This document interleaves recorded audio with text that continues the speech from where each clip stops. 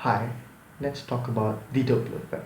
But first of all, what is the Doppler effect?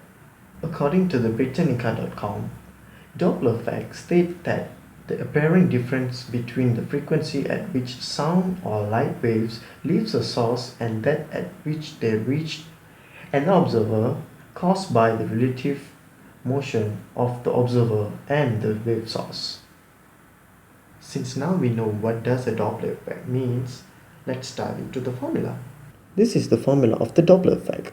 Despite the formula is easy to remember, it's hard to know whether the sign in front of the velocity of the observer or the source is positive or negative. If we separated the component of this formula, you can see the top one is for the observer and the bottom one is for the source. As you know, in an alphabetic order, the letter O comes before the letter S.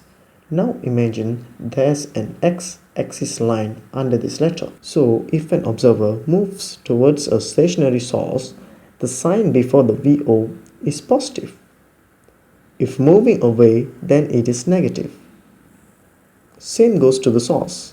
If the source moves towards a stationary observer, then the sign is negative. If it's moving away, then the sign is positive. Also, if the source is moving towards an observer, the apparent frequency should be higher than the frequency of the source. Whereas if the source is moving away from an observer, the apparent frequency should be smaller than the frequency of the source. I hope you understood the Doppler effects formula very well from this video. If this video helped you, please consider sub to the channel, leave a like, share your thoughts in the comment section, and don't forget to share with your friends.